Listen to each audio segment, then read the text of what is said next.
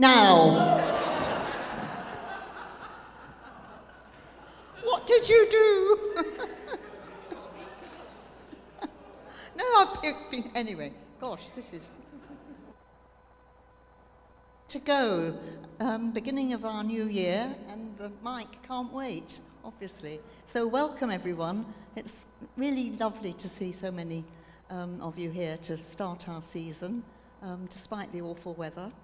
And it's fallen to me to introduce our first speaker of the year, Victoria Field, who probably doesn't need a lot of introduction to a lot of you, but I'm afraid you're going to have it anyway. Welcome again.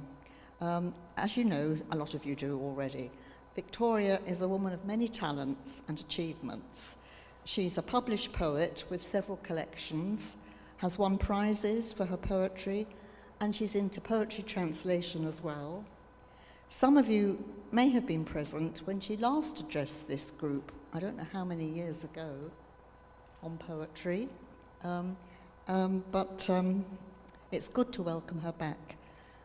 Victoria is also a qualified poetry therapist, which is a subject in itself, but not the topic of tonight's talk, because Vicky is also an inveterate walker and pilgrim. Most recently, she gained a PhD from Canterbury Christ Church. I folded my notes against the title, if I get it right. Narratives of Transformation in Pilgrimage. Narratives of Transformation in Pilgrimage. In parallel with this, she practices what she preaches, and she and her husband Edward have only recently, really, in the last year, completed the Via Francigena. I wonder if we can have a show of hands of who else has completed it.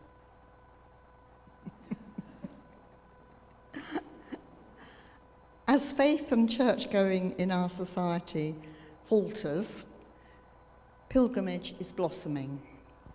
So we're very pleased that Victoria's here tonight to open our 2026 series, and we're also here wishing to welcome the people who are watching us online. But she's going to talk to us tonight on the question, pilgrimage, what exactly is going on? Thank you, Victoria.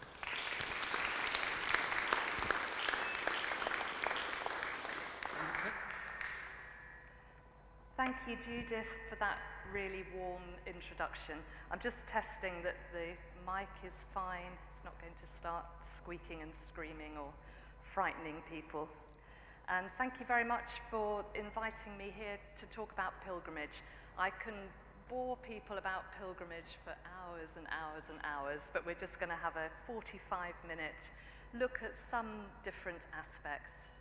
But what I'd like to do is to start with a poem.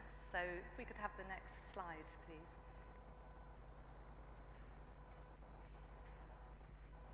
Prayer by George Herbert. Prayer, the church's banquet, angels' age.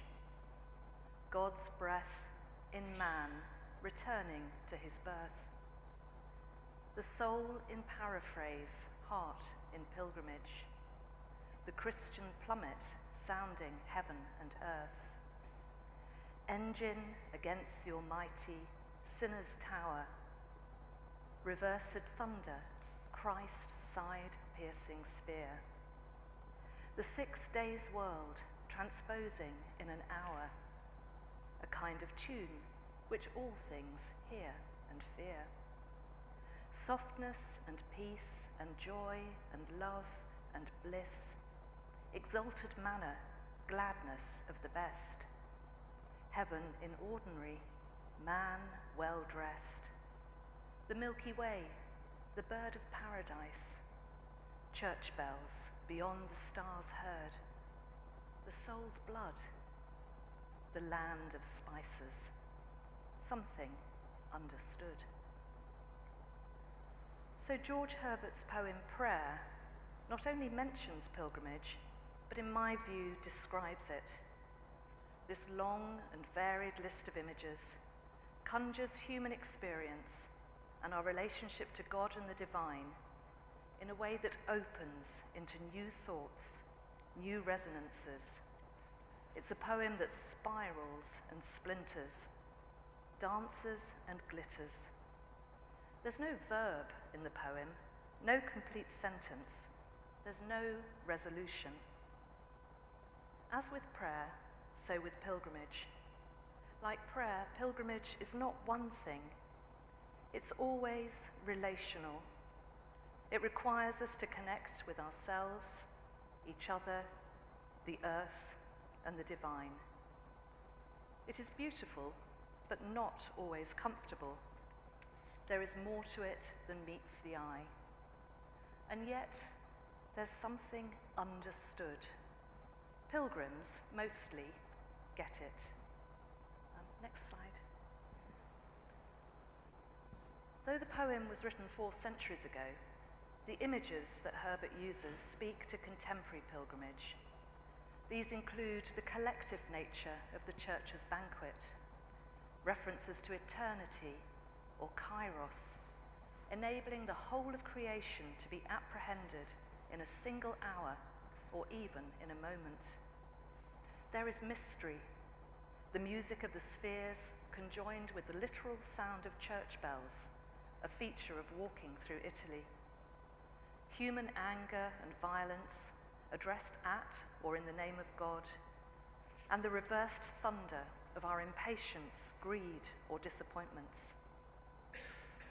How can we approach the complexity of a human life, and specifically a life of faith? One way might be to look at pilgrimage as an example of lived theology and see what it can tell us about the wider picture. Poems, in my view, are another. But pilgrimage is an enormous subject, and it's easy to get bogged down. Bogged down being an apt metaphor for pilgrimage. So for this talk, I'm going to take the image from Herbert of the Christian plummet, like a plumb line, a device for measuring the depth of things, but only in certain spots and places. I hope you'll be able to generalize from the microcosm to the whole. On the website Lived Theology, and in the book of the same name, Charles Marsh has this to say, and I quote, "Patterns and practices are not just ways of doing things, but they are also ways of saying things. Practices and patterns are communicative." He continues, "As theologians and scholars of religion, we further believe that when properly interpreted, the lived experiences of faith are communicative, not only of a religious community's collective self-understanding, but of modes of divine presence as well." End of the quote. So that paragraph suggests a structure for thinking about contemporary pilgrimage as a lived theology. There are patterns and practices. What are they? Pilgrimage is not just a way of doing things, but saying things. So what is pilgrimage saying to us? Pilgrimage is communicative of a community's self-understanding. But here I would say that the category of pilgrim doesn't map neatly onto discrete religious communities. Pilgrimage is very much a bottom-up and individual sign of devotion. Finally, pilgrimage is communicative of modes of divine presence and also of ways of encountering divine presence. So definitions can give us security and boundaries, but can also close things down. Whether we're talking about God, pilgrimage, or the divine, definitions can be more or less porous. Victoria Preston, in her survey of global pilgrimage, writes, "Its very ubiquity as an expression of human society means that there is no single definition that adequately encapsulates the rich variety of the practice, where are the edges?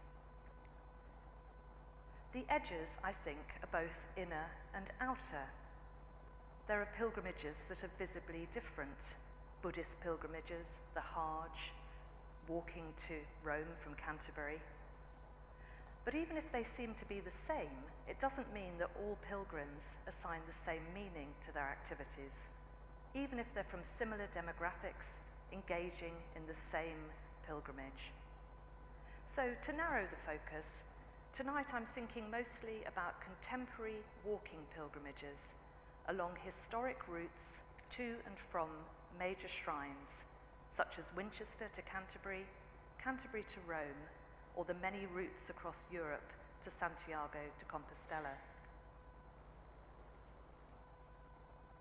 So let's look at a map of two of these routes. This is the Via Francigena, which goes from Canterbury through France, Switzerland, into Italy, and finishes at the Vatican. So that's 5 different countries.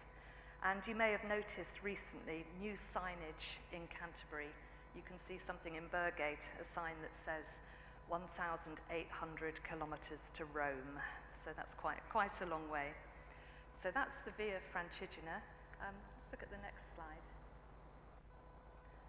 And this is a map showing the various routes that come through France and converge on the Pyrenees and the Camino Frances to Santiago. And I know there's at least somebody here who's walked part of that. And there are many routes to Santiago. So Santiago has become pilgrimage central, overcrowded, maybe suffering from what might be called Caminoization, a kind of packaging of pilgrimage. And many people are discovering new routes to walk there. Apologies for the small font on there, but I wanted to just say that, of course, pilgrimages can include journeys to secular shrines. For example, Graceland, the Paris Underground Tunnel where Princess Diana died. And there are even very personal pilgrimages premised on memory. For example, going back to a childhood home might feel like a pilgrimage. There's also an interesting porous boundary between traditional religious pilgrimage and what's been termed in the literature religious creative. And that is practices outside of institutions, often based on an individual or New Age spirituality. These are often motivated by a need to claim something like the sacred feminine within a Christian context, or to experience a direct and meaningful contact with the land or creation. Tourism overlaps all of these, but interestingly, it's often the religious creatives who object most to the depredations of mass tourism. Deanna Wiebel has studied this middle ground between the religious and the secular in many settings, and she describes how, I quote, "One creativist pilgrim I interviewed at Rocamadour, for example, complained that the site's secular tourists were weakening the shrine because they absorbed energy while visiting, but gave nothing back in return." I find this comment fascinating.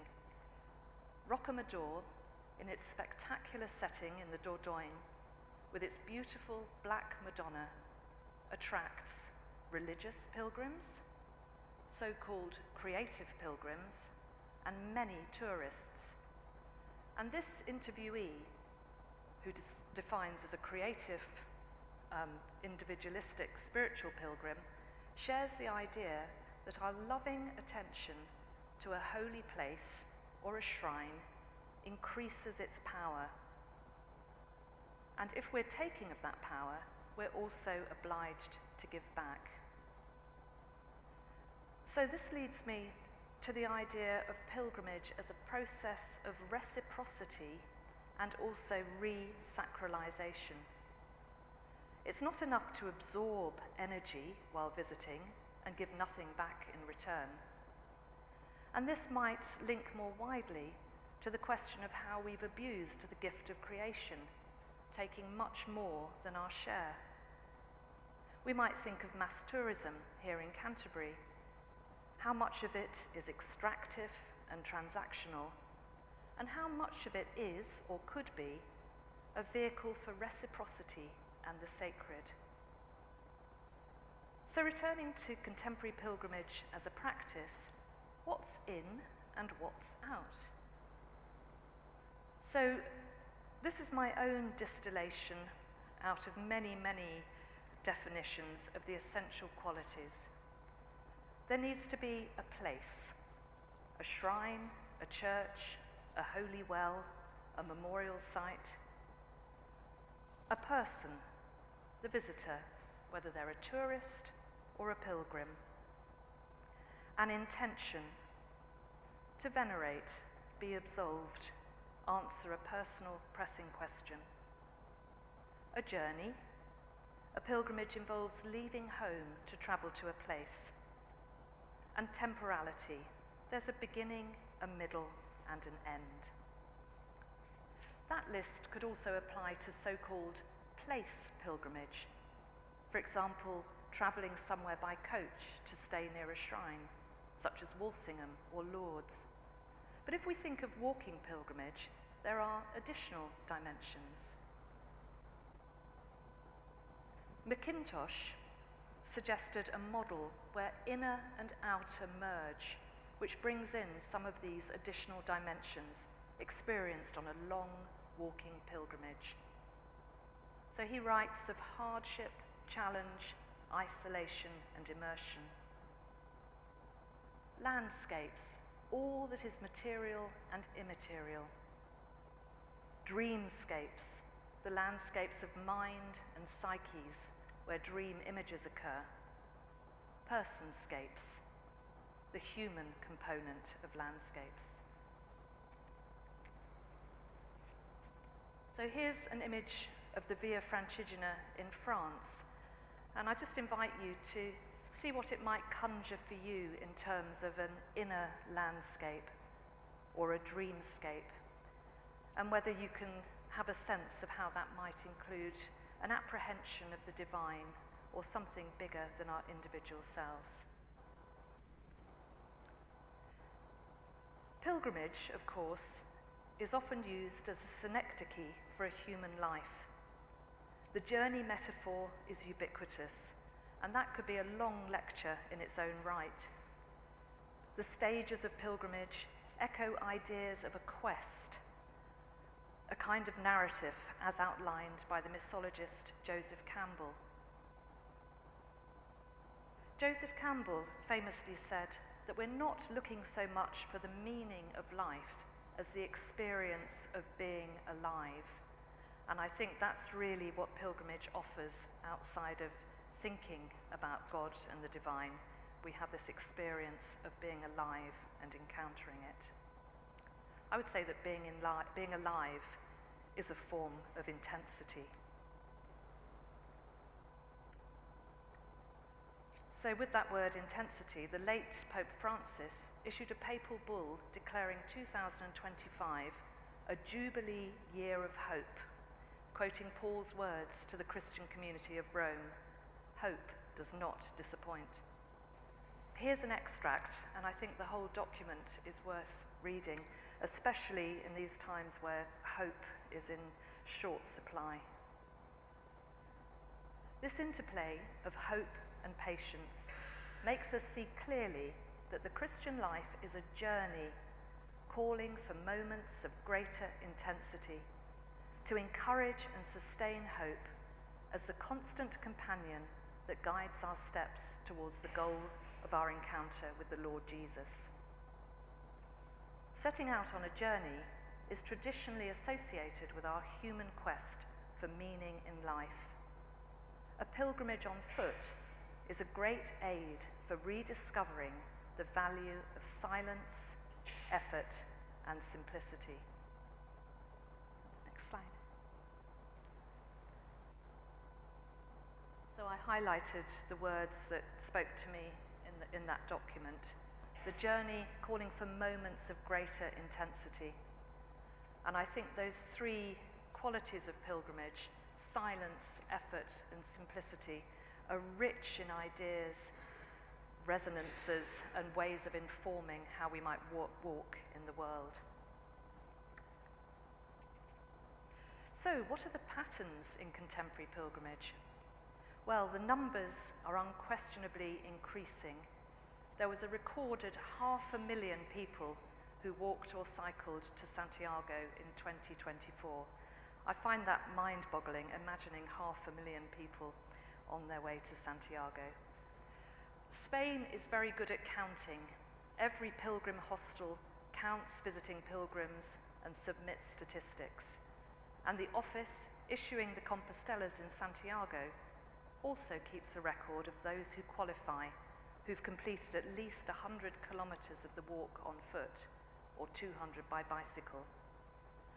In 2024, 40% said they undertook a pilgrimage for primarily religious reasons. This slide, can we go back one? This slide from the Associazione Europea della Via Francigena, the official body coordinating all the local authorities along the route, shows figures based on almost 4,000 people who completed a questionnaire when collecting their credential, that is, the pilgrim passport stamped along the route.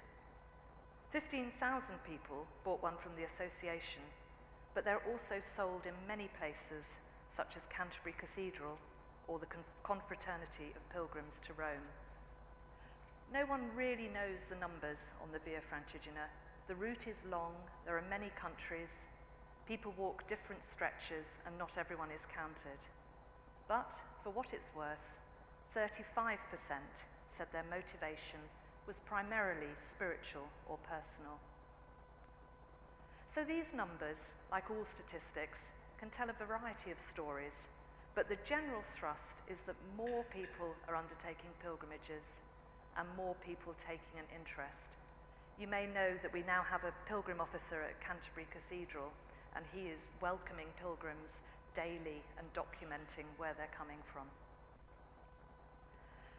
So, if the practice and pattern of pilgrimage is becoming more prevalent, what is it saying to us that isn't being said elsewhere? So pilgrimage foregrounds the devotional and the material. Here's an image of Danilo Parisi stamping a pilgrim passport. He has been ferrying pilgrims across the River Po, Italy's longest river, since 1998. And he keeps a Liber Peregrinorum, which now runs into several volumes and is a treasure trove of information about the Via Francigena. You can see those wooden-bound books behind him, which are his current records of pilgrims coming through. By 2020, he had ferried some 9,000 pilgrims along the 4-kilometre stretch of the Po River from Oriolito to his remote home on the other side, on the road to Piacenza. Contrast those wooden-covered books with the bland dryness of a computer graphic. Yeah. The next slide. This is me signing his beautiful book. So each book lists names, ages, nationalities in the handwriting of individual pilgrims. Like so many pilgrims, I'll never forget how moving it was to meet him, to spend time in his simple home, full of beautiful art and devotional objects, and how profound the experience was of crossing that mighty river. How can we put numbers on that, or even words? This is the River Po in full spate. It really is a mighty river, and the north of Italy is full of mighty rivers. Many of them were flooded as we were walking this April and May, fortunately flooded behind us. And I find it hard to believe that in 2022 there was so little water that Danilo was unable to use his boat to cross the river. So there's always this hinterland of the changing world and the depredations of of climate change. So, my research on pilgrimage drew on sociology, religious studies, anthropology, and even topics like town planning. But as someone who works with writing, I was inevitably drawn to stories and poems to complement the above. Laurel Richardson, one of the theorists of narrative in academia, wrote, and I quote, "Narrative is both a mode of reasoning and a mode of representation. It's complementary to and entirely distinct from a logico-scientific representation." She argues that the latter looks for universal truth conditions, whereas the narrative mode is contextually embedded and looks for particular connections between events. I think pilgrimage, contemporary pilgrimage, and stories about pilgrimage are stories of connection. And one of the main points of connection is our material body in this world. Craig Bartholomew and Fred Hughes wrote in Explorations in a Christian Theology of Pilgrimage, "Pilgrims bring their whole being to the experience. Pilgrimage is a total devotion involving the body and senses, sight and touch in particular." End quote. And that whole being, our astonishing human body, soul and psyche, is a being that was made for walking. And walking is an intimate art. At this point, it would be worth remembering that the many, many journeys described in the Bible would have been made mostly by most people on foot. The rhythm of walking lends itself to prayer and meditation. There's research to say that the brain at 3 miles an hour is uniquely creative.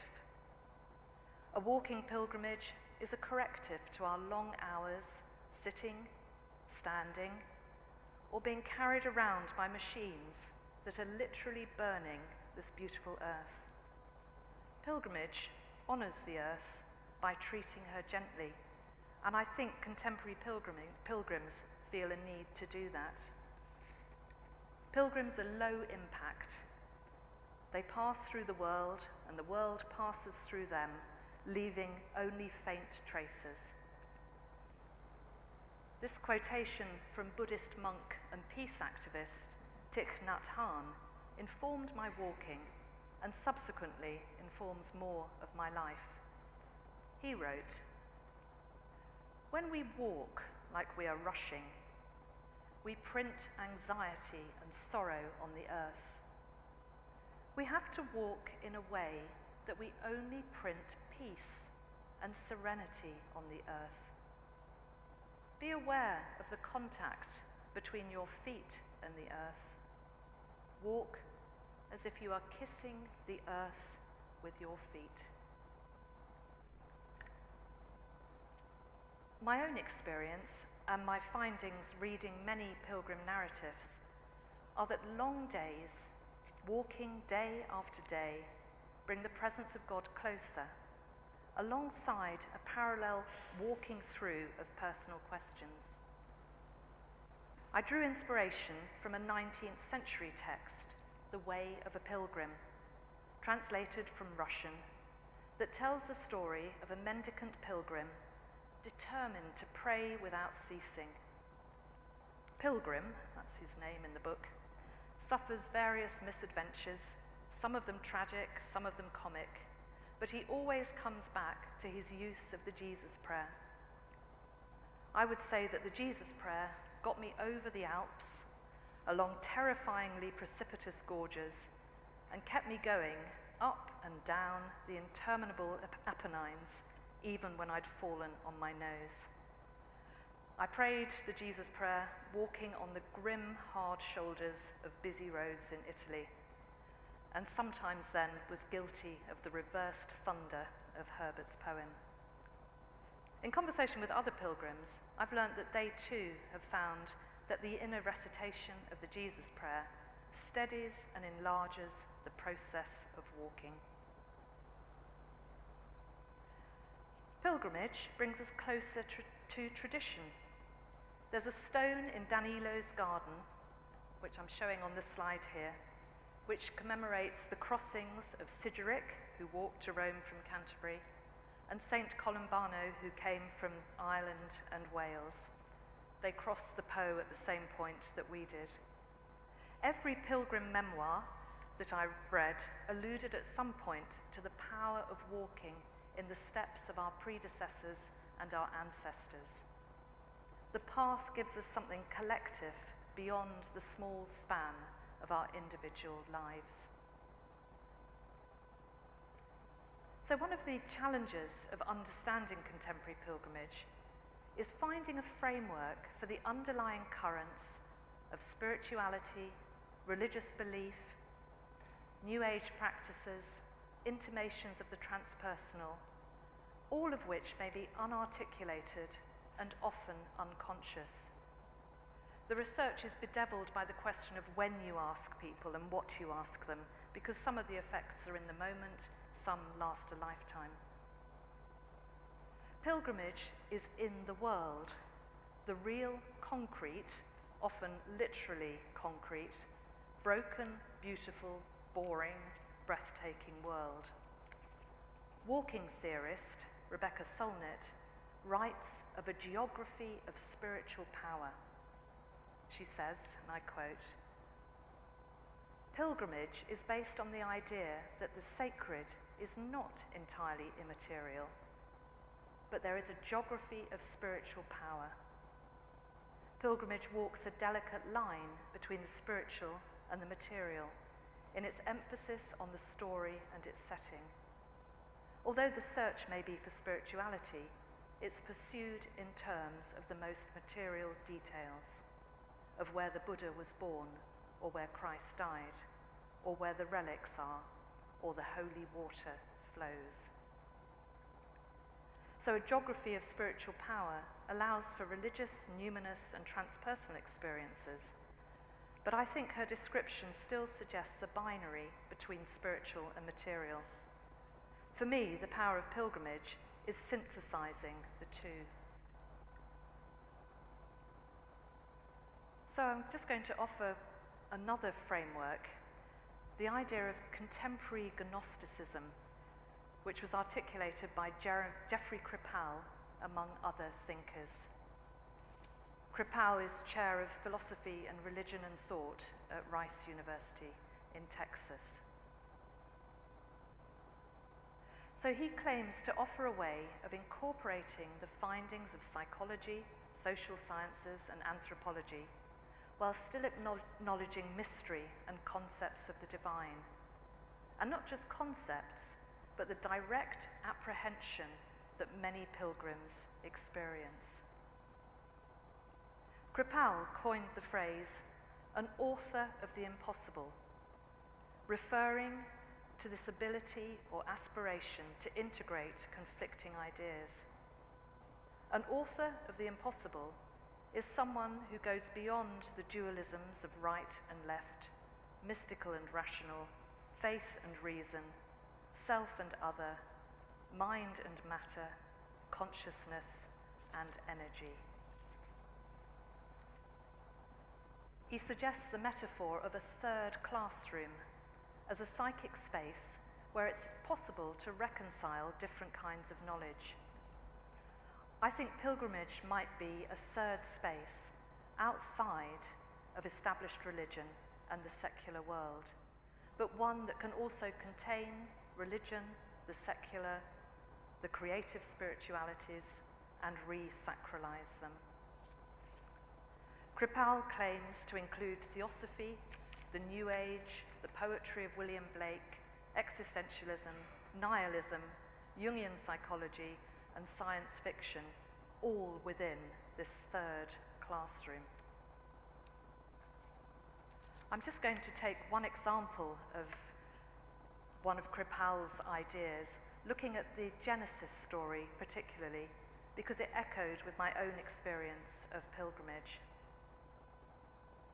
He takes the Genesis story as a powerful and ultimately positive parable for anybody who would wish to grow up That is, to leave the garden of our sexual and religious innocence. He argues that the two are almost always connected. Out of the Garden of Eden are more ambiguous visions of the world, ourselves and the divine. I know that theologians have been debating the Genesis story for centuries, but perhaps this is a new take. We could argue, like Rebecca Solnit, that the comforts of modern-day late capitalism have created a modern Eden which isn't really divine, what we might consider to be paradise, but not. Think of our centrally heated houses, comfy furniture, ready meals, home entertainment centres, no money worries, regular holidays with all-you-can-eat buffets, cars to take us from place to place so we never experience rain or cold, delivery services so we don't need to trail around high streets or talk to people to buy what we need. Surely we live in paradise. Rebecca Solnit, though, feels it's gone too far. She writes, and I quote, "The industrialized world has tried to approximate paradise in its suburbs with luxe, calm, volupté, cul-de-sacs, cable television, and two-car garages. It has produced a soft ennui that shades over into despair, and a decay of the soul suggesting that this paradise is already a gulag." So perhaps the rise in contemporary pilgrimage is that people want to escape this comfortable gulag and experience the wind and the rain, to do something difficult. I concur that our collective souls, and I'm thinking here of young people who are really struggling with this modern world, are at risk of decay in a world of creaturely comforts. I'm reminded here of Brian Doyle's interview with, I've got his book there, with a contemporary monk, asking him, why did he take up holy orders? The surprising answer that the monk gave was, because it's hard. So maybe setting out on a pilgrimage is entertaining that idea of difficulty. And of course it may be differently hard. 20 years ago, when I walked the Camino, I stayed in dormitories in hostels, something I'd find too hard to do now.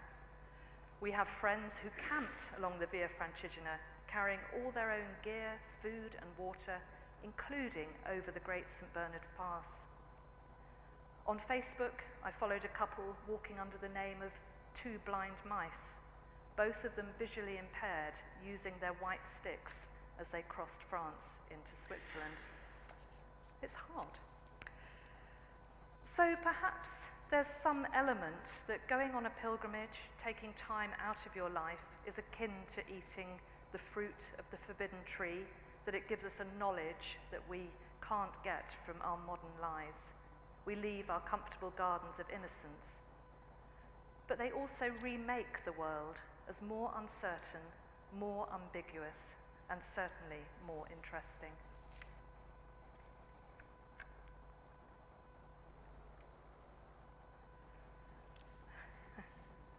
So, thinking about the collective as well, pilgrimage is a way of living profound questions by walking them. And one of the things that happens when we walk is we lose a sense of ourselves. That's in all of the pilgrimage memoirs that I read. This might be described as a kind of kenosis, but it's also a very profound coming together. You can see my boots in that picture. The one's over there. That's a picture taken in a hostel on the Camino Frances in Spain, and it's a very typical picture. So there's a very profound we and collective experience there.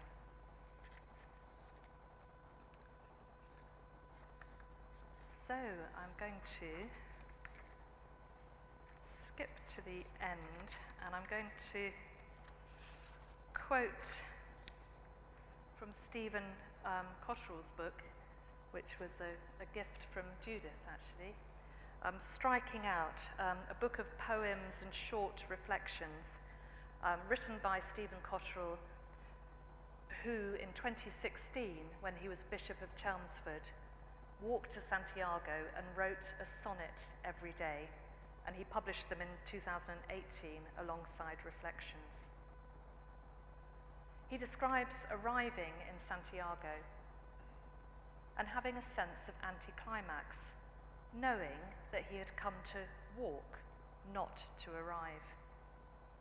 He says that he also knew that the lessons he'd learned were, I quote, deep down and gloriously adept at eluding definition or summary.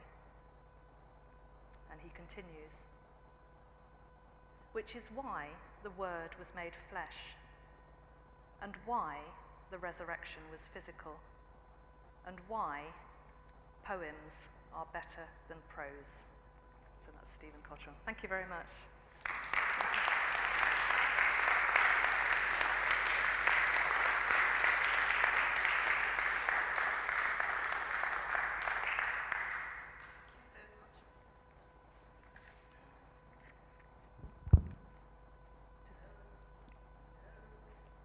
I'm going to shout. Thank you very much.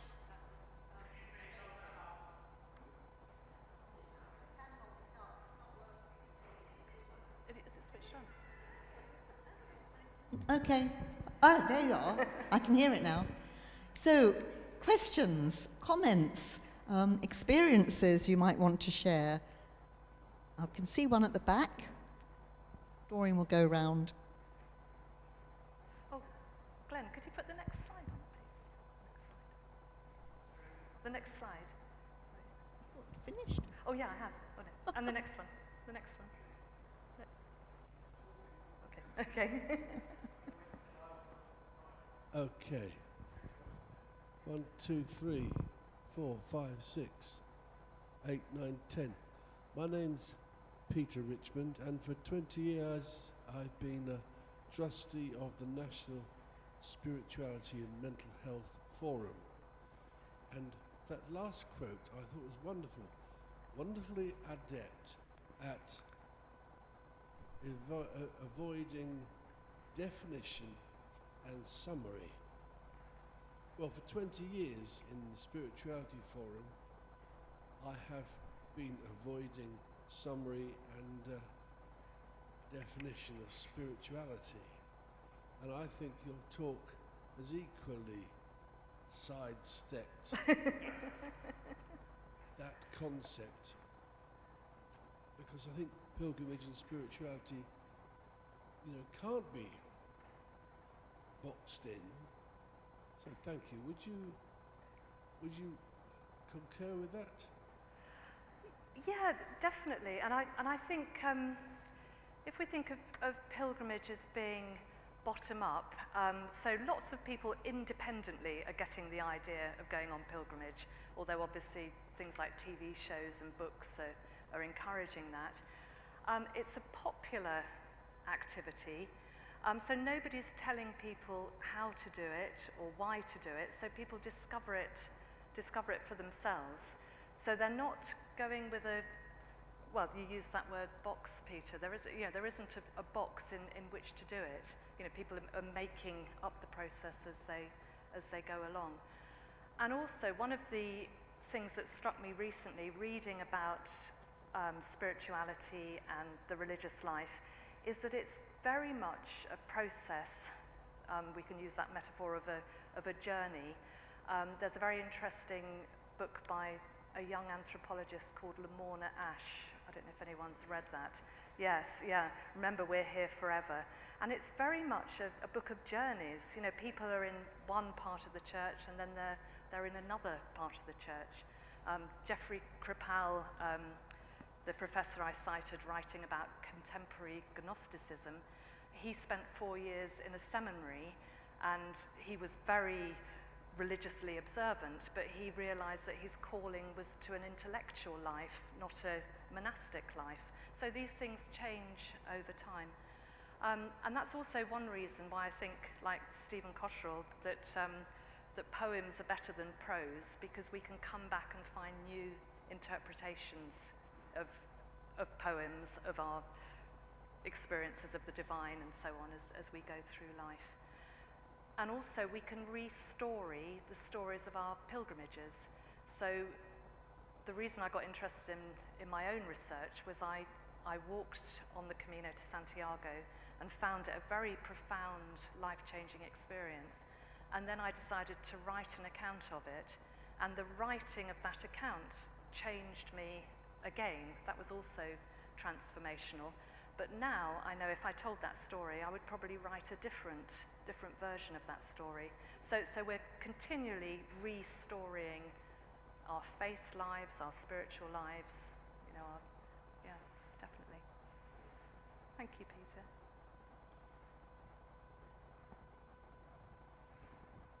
It's working? It's working? Yeah. First, somewhat light-heartedly, my name is Angela Pilgrim, so I'm a pilgrim in Canterbury. Fabulous. But just reflecting on this, I've spent much of my free time like walking, and particularly walking in mountains, and have done some quite long treks through mountains. I'm not sure, and you said that pilgrim, the definition of pilgrim is very loose and very wide, and I'm not sure that a religious trip to a shrine or anything like that, for me personally, would be any different or from the experiences of walking in high mountains and walking in the Alps, and indeed walking in parts of this country. I just wondered about your thoughts for that, because I'm not sure, for me personally, a destination to somewhere which might be a bit touristic, because Canterbury was in the past in the Becket tourism, and I know Lourdes is, and I imagine a number of others are. So I just wondered about your thoughts on that. Yeah, I suppose there's always a difficulty in having labels that cover everything. So the word pilgrimage has become quite a fashionable word at the moment. So people are talking about their pilgrimages through illness or bereavement or any kind of human experience, obviously using it metaphorically. And it's possible to be a tourist to a religious destination and have a religious experience, or to be a pilgrim and be disappointed when you get to Santiago and it's very, very touristy. So we're always playing with that inner and outer. And one thing that's happened recently is there's been a big upsurge in short pilgrimages, mostly organised by the British Pilgrimage Trust. And Guy Hayward, who's been to Canterbury and spoken here, is a great advocate for turning any walk into a pilgrimage by setting an intention, which I don't really get. You know, I think there is a difference between a set pilgrimage on a set walk, but he's adamant that, you know, anything can be a pilgrimage. So we've got these very elastic definitions, and then, you know, very much tighter ones. Yeah. Oh, and they're great fun because there's lots of swimming in rivers and hugging trees. His thoughts, yes, yeah. Walking on Mont Blanc and doing other Absolutely. things. Yes. Yeah. And I think it's also interesting, as I say, most of the pilgrimage memoirs that I read, at some point there's a moment of epiphany, and it might be an apprehension of something divine, or sometimes there's Anita Seth who wrote a memoir of walking in the north of England as a woman of colour and trying to belong there. And she writes of feeling at one with the river and the mountains. So this kind of feeling of oneness can arise at any time. And I think pilgrimage cultivates the likelihood that might happen, but you can't guarantee it. And I was told an anecdote by the former Dean of Truro, who knew of a couple that walked to Santiago, and I can't remember which way round, but one was an atheist and one was a Christian, and by the time they got to Santiago it had reversed. So, so you never know, yeah. Oh, the reason I was going to skip to the last slide was we've got Torrin here. Torrin Brown is the pilgrim officer from Canterbury Cathedral. So, hello Torrin, sorry to pinpoint you like that.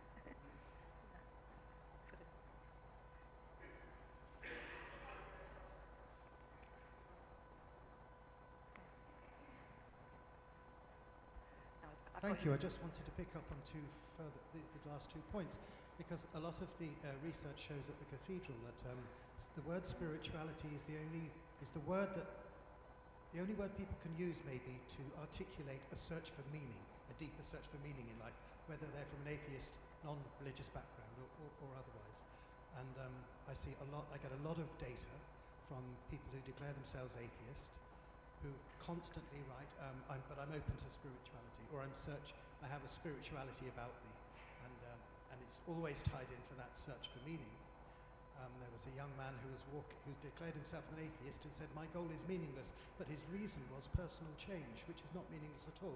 And yet there was this young atheist stood on sacred ground here, about to engage in a religious ritual of pilgrimage to Rome, which was quite striking. And to pick up on what the lady was saying over there, I've got a wonderful quote a while back saying, we are not religious, but it was a lovely walk to Canterbury where we received a blessing. And they ended up by saying it was different to other walking holidays. So there these people were just going on a hike. They were open, however, to a blessing, and when they received it, it changed their attitude. So there's a nice little extra colour to hiking and pilgrimage maybe. I just wanted to throw that in for some extra insight. Thank you. Yeah, thanks, Torrin. And I think it's just fantastic that these reflections are being captured, in Canterbury, in this place, because again, where do we get this data? Where do we get these stories? So it's brilliant work. And I was just going to say, Glenn, I've got one more slide. Torrin has a podcast called The Good Way, which is all about pilgrimage. So if you're interested, look that up. The Good Way. It's on. Yeah. I'm in episode 2 or 3 or something. Yeah.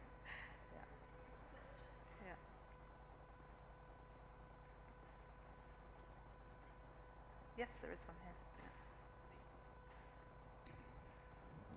I'm thinking of also St Martin's in Canterbury.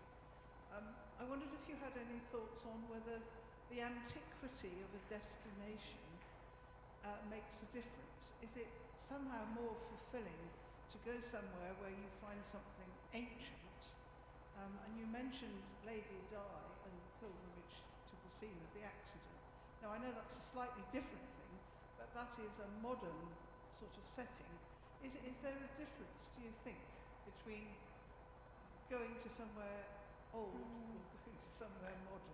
Yeah, I do personally think that, and I don't think it could ever be proven, but when you enter St Martin's, there is a sense that prayers have been said there for so long, that it's on the site of a Roman church, and that maybe the Roman church was on the site of a holy well or a pagan site. So there is certainly something that people sense when they go into ancient places that is different from a new place. And we might call it soulful or depth.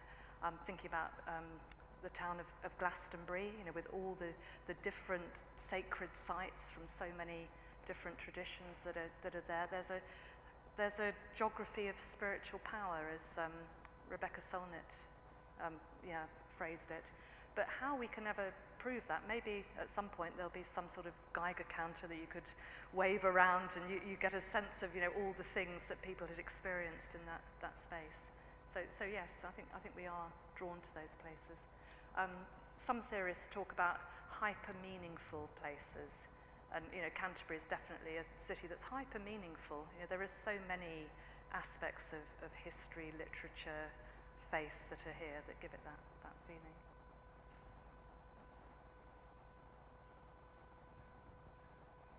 How do you practice the Jesus prayer when you're walking?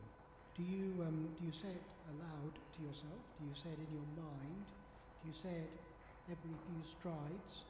What is your practice of doing that? Well, when I'm doing it, I say it to myself in my head, and I try to count like a rosary on my fingers how many times I manage to say it without getting distracted.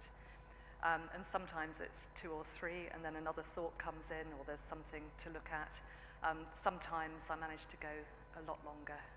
But yes, I find it very helpful, and as I say, I've heard other people say the same same things. So, yeah. The one behind you, Judith, or maybe there's... I think so. Oh, have you? Oh, crikey.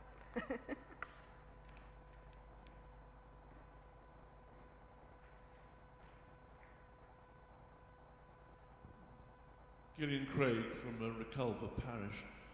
The examples you give are marvellous, essentially positive. I'm thinking that, for me, a better pilgrimage would be to go to Auschwitz. I mean, I'm thinking actually something about engaging with the worst that humankind does to itself. Otherwise, this does seem to me, I'm sorry to say this, almost an element of indulgence. I speak as an architect, as a student of architecture and history.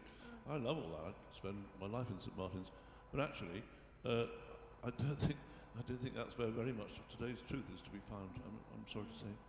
Yeah. Well, there's a whole branch of pilgrimage studies that looks at something called thanatotourism, which includes going to sites like Auschwitz or the battlefields of northern France. So yes, certainly. I mean, that's a branch of pilgrimage. I would say that doing a long walking pilgrimage, although you're not necessarily going to sites of such horror as Auschwitz, you are walking through suburbs, depopulated villages, incredibly poor-looking agricultural areas. So it's not all prettified. There is a bit of a move for, especially people coming from North America with just 2 weeks holiday, just to do Tuscany because it is so beautiful. But I think Edward and I both found Tuscany like a pastiche, really. You know, it was so pretty.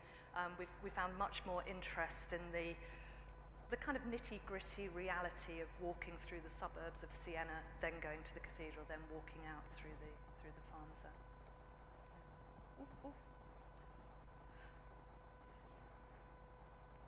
Thank you very much for your talk. I just have a question. Do you think there's an element of aloneness in pilgrimage? And if so, could you speak about it a little? What do you think that might be? Yeah, I think maybe that comes back to the late Pope Francis talking about silence as one of the components. Silence, simplicity, and effort. So when I walked to Santiago, I walked on my own, but it was busy and I stayed in dormitories, so you're always moving in and out of conversations with people. The Via Francigena is very empty, so Edward and I tended to walk a bit together and then walk separately because we walked at different paces at different times. And I think that solitude is incredibly enriching. And again, maybe one of the drivers for more people going on pilgrimages, this desire to be alone with God, nature, the world, your thoughts, your prayers. Yeah, very, very, very powerful. It could get too much in France. I was very happy that we were, you know, a couple, so that there was somebody to have dinner with and breakfast with, even if we walked alone and in silence during the day, because it is so empty, and you could imagine getting into difficulty or going slightly crazy. You know, those things happen. I mean, that's another whole dimension that some people do flip when they get to Rome or Jerusalem. That's a phenomenon as well. But yes, for me, certainly silence and solitude are one of the main draws for a walking pilgrimage.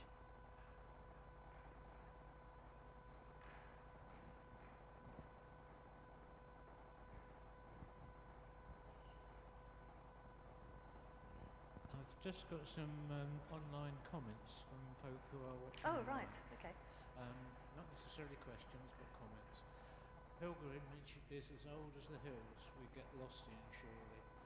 As stated, Buddhists, Christians and New Age walkers have discovered what has been shared at this contemporary theology lecture.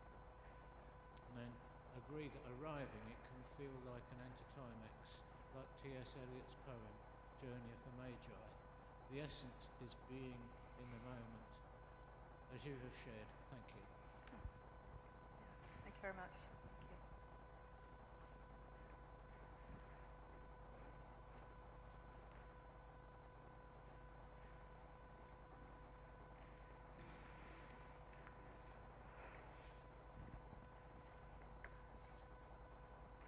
Some of us are no longer young enough to walk, but this doesn't preclude from having a pilgrimage, sitting quietly at home, like Pope Francis was saying, in simplicity, and rehearsing all the experiences which you can enjoy from other people. And so this evening has been wonderful, listening to so many places that either I have been to or would like to go to. Oh, thank you so much. Thank you. Yeah, I'm part of a group of women called the Creative Pilgrims. They're visual artists, and I belong as a poet. And one of our number can no longer walk, and we've been doing a lot of sedentary pilgrimages and versions of pilgrimages. And also preparing for this talk, I found that I was reliving and re-experiencing many of the things that I experienced on the pilgrimage, and I hope that that will, continue really, that we can have these experiences in our mind as well as in our bodies as well. So thank you.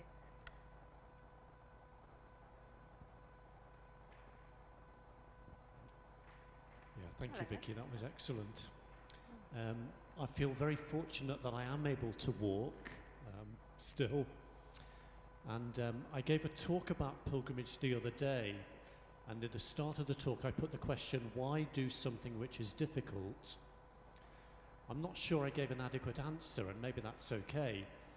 But I was very struck in particular by, was it Joseph Campbell, who said... about being alive. Yeah. The So we're not so much as pilgrims looking for the meaning of life as an experience of being alive. Yeah. And having done a fair bit of walking pilgrimage, I can say that I've experienced moments of feeling profoundly alive and also profoundly connected. Yeah. If I can just add as well, it's lovely to hear that there's a pilgrim with us. On my most recent Camino, I met a woman, I think I remember her name has been Santi Pellegrina, so Holy Pilgrim. So she was an interesting character, as most people are that you meet on pilgrimage. Yeah, thank you.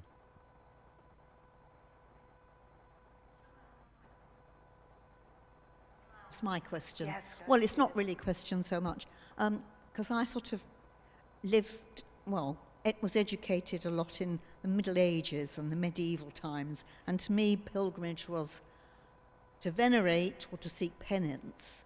And when people come to Canterbury now, maybe some of them are privately seeking penance, but there isn't anything to venerate because we've lost the shrine. So it was all about shrines and being healed, the miracles. So I know that happens a little bit in Lourdes. So has pilgrimage completely changed? Should we now perhaps not try and think that there is a continuity between the medieval pilgrimages and the pilgrimages as we define them today? Personally, I think there is a continuity, and it's not just pilgrimage, but all sorts of pre-Reformation practices like processions, lighting candles, and so on have been coming back into Anglicanism and other areas.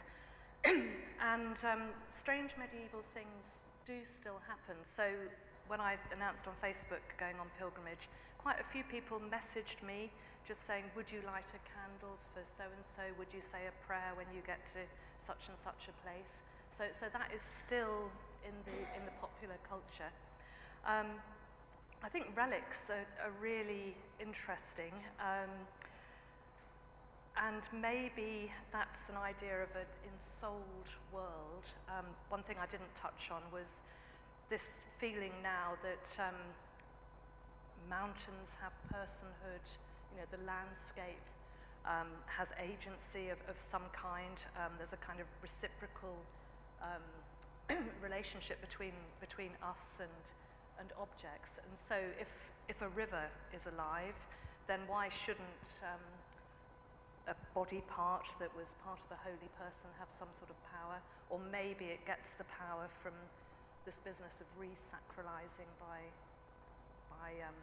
venerating it. So I think these things are still sort of around. at St. Stephen's Church, we've got a lecture on the 7th of March, which is our Lady Loretta commemoration. Lady Loretta was our anchorite in St. Stephen's Church. And James Harper, who's a writer on medieval spiritualities, coming to talk about relics. So that might be an interesting one. And I've forgotten the term for it from medieval times, when somebody was paid to do a pilgrimage on behalf of someone who needed penance. What was the word for that? But at one of the pilgrim conferences in London, we met a man who had met people in Portugal who had been paid to do a pilgrimage by somebody who was wealthy, needed to do penance, but couldn't spare the time. So you know, how medieval is that, really? You know, so I'm afraid that is, you know, someone told me about someone, so I can't verify it. But it was a surprising thing. So, yeah. Mike, hi.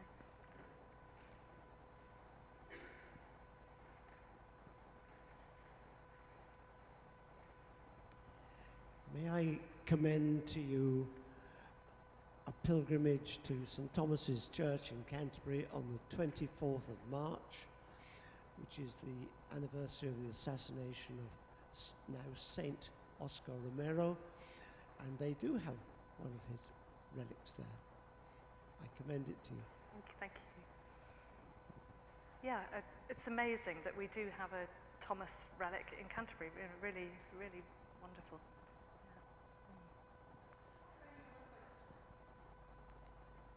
While you're thinking, if I could put something in.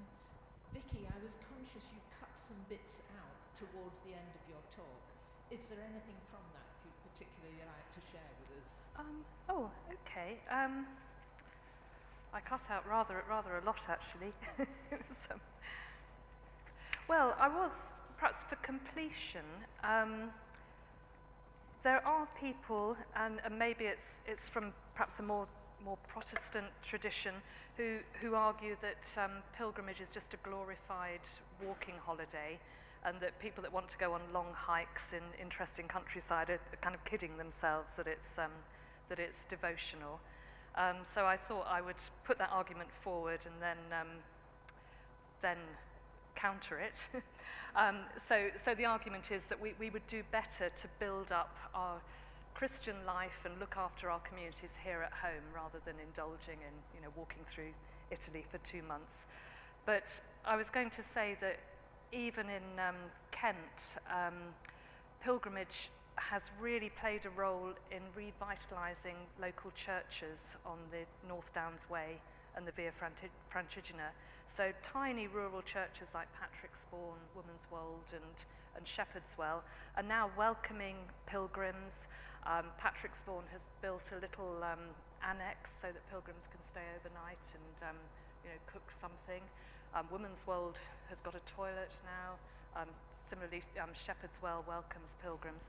So that kind of micro-commerce, I think, is really important. And then just thinking about churches in France, I'd written that we lament the dilution of ministry and loss of identity here in England, where priests are responsible for several parishes. But in France, we were told there was one priest for 20 parishes, and further south for more than 50. Can you imagine that job? And what we found, which was very moving, was sometimes when we were welcomed into people's homes, they would have the key to the church and they would want to show the pilgrim the church. And people loved those buildings. So as more people walk on the Via Francigena in these very depopulated areas of France, you know, cafes will start springing up, you know, maybe the churches will be open, maybe they'll be repaired. So this kind of micro-commerce, it's not huge sums of money if you just buy a coffee or put something in the box in the church, but it is building the common good, the Christian community in small ways, and then those numbers might increase. So that's part of what I didn't say. Yeah. Last chance for questions. Otherwise, I will ask Bishop Richard to give the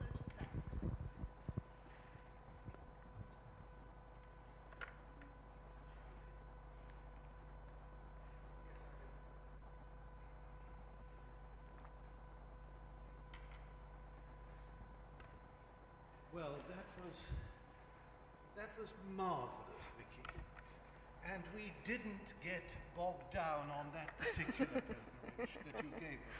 And of course, you mentioned that life itself, in Christian terms, is a pilgrimage. And so we are all on pilgrimage. That's why the thought of pilgrimage, the word pilgrimage, the concept of pilgrimage is so important, because it's actually fundamental to our own Christian journey.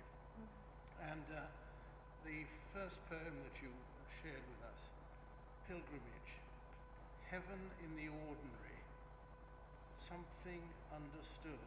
And you talked about the fact that so many people, whether they happen to be religious or not, do have some kind of epiphany on a pilgrimage.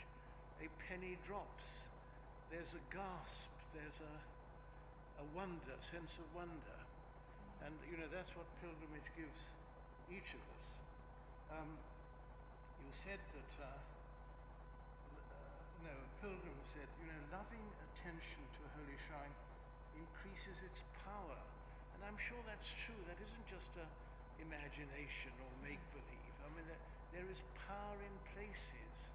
And as you talked about St. Martin's Church, a lot of people are aware that it's a place of prayer because it's been a place of prayer. And you talked about pilgrimages having these essentials. You've got to have a place in mind. It's got to be a person going to that place. He or she needs some kind of intention, not just a journey, but a purpose for it.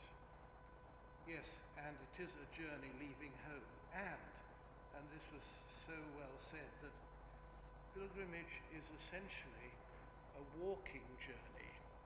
And that's why I didn't put my hand up, because I went on this pilgrimage, but I went by coach. No, that's a place pilgrimage. I covered the route, but it wasn't a pilgrimage. It was something different. And talking about walking, it reminded me of that book, or that title, Our 3 Mile an Hour God. And I think that God is, if I may say so, a being who prefers. Sorry, can you hear me now? Yeah, better? I won't say it all again, you'll be spared that. That there is a sense in which God is a 3 mile an hour being, and that's why walking is so important, and we are so often too much of a rush. So I encourage us all, as Vicky has done, to walk as if you are kissing the earth with your feet. Thank you, Vicky. Thank you.